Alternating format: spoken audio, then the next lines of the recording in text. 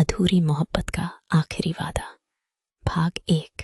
जुलाई की वह सुबह बाकी दिनों से अलग थी। रात भर हुई बारिश के बाद पूरा शहर धुला हुआ सा लग रहा था। आसमान में हल्के बादल तैर रहे थे और ठंडी हवा हर गुजरने वाले के चेहरे को छू रही थी। शहर के सबसे पुराने कॉलेज में नए सत्र का पहला दिन था। गेट पर छात्रों की भीड़ थी।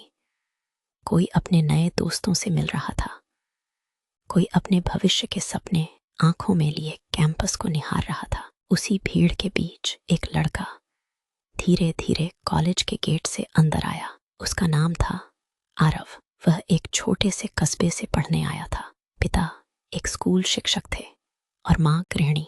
घर में पैसे ज्यादा नहीं थे, लेकिन संस्कार और सपनों की कोई कमी नहीं थी। आरव पढ़ाई में बहुत तेज था, लेकिन स्वभाव से बेहद शांत। उसे भीड़ पसंद नहीं थी।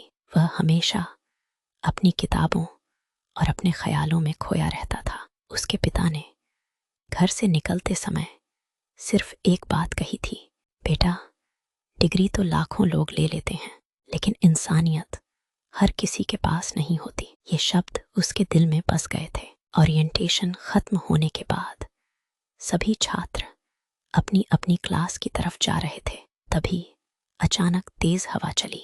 किसी लड़की के हाथ से किताबें और नोट्स उड़कर जमीन पर बिखर गए। आरव तुरंत झुक गया और सारे पन्ने उठाने लगा। जब उसने आखिरी कॉपी उठाकर सामने देखा तो उसकी नजर पहली बार उस लड़की से मिली। उसका नाम था नैना। लंबे काले बाल, बड़ी बड़ी आंखें और चेहरे पर ऐसी मुस्कान जो किसी भी उदास इंसान का दिन अच्छा कर दे।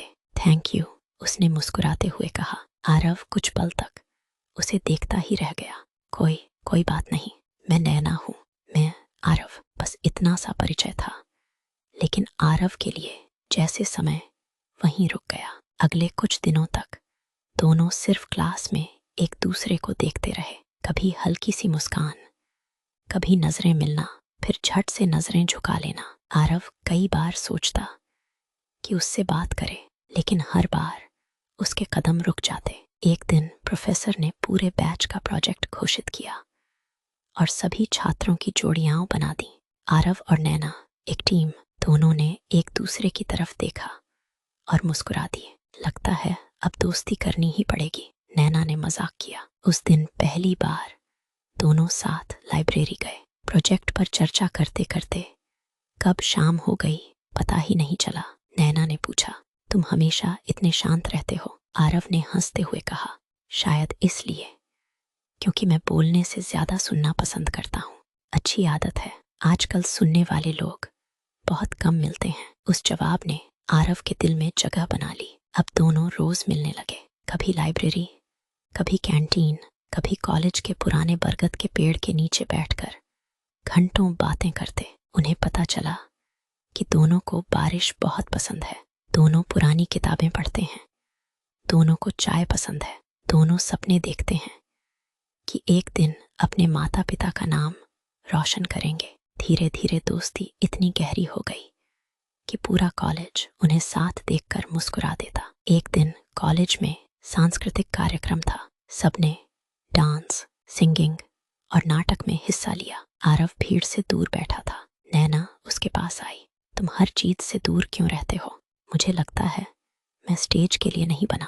नैना ने उसका हाथ पकड़ लिया। कभी कभी जिंदगी का सबसे बड़ा स्टेज वही होता है जिससे हम सबसे ज्यादा डरते हैं। उस दिन पहली बार आरव ने स्टेज पर जाकर कविता सुनाई। पूरा हॉल तालियों से गूंज उठा। स्टेज से उतरते ही उसकी नजर नैना पर पड़ी।